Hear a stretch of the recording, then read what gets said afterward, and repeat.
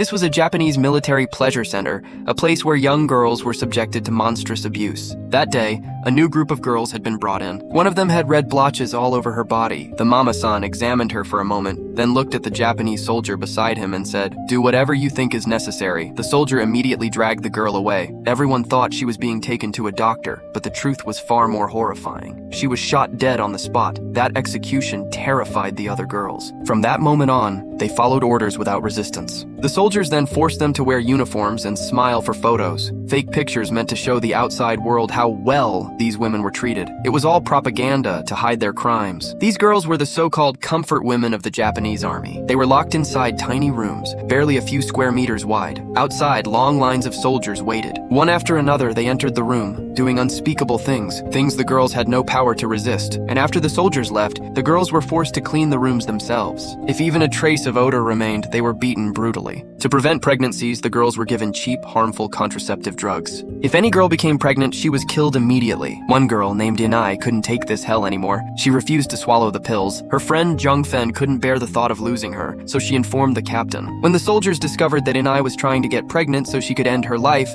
the mama-san ordered that she be forced to take the medicine. Two soldiers dragged her in, but Inai still refused to swallow the pills. Finally, the soldiers gave up and left. The next morning, Inai walked alone toward a frozen lake. She broke the ice with a stone, ready to jump in and end everything, but Jung Fen caught her just in time. As the two were arguing, Japanese soldiers spotted them from afar and dragged them both back. Jung Fen was thrown into the same tiny room, but this time, Inai never returned. She had been taken away for a forced abortion because she refused the drugs. Blood ran down her legs, soaking the floor. A few days later, all girls underwent physical checks. Anyone who showed signs of illness was shot immediately. For the Japanese soldiers, this was the easiest way to dispose of them. But in 1945, as Japan was losing the war, they tried to erase all evidence of their crimes. They told the girls, "We've won the war. There's a celebration. Come with us." But on the way, the soldiers opened fire on them. Screams echoed through the entire comfort station. In that chaos, Inai was shot too. But she didn't want Jung Fen to worry, so she stayed strong, hiding her pain. Every step drained more blood, pushing her closer to death.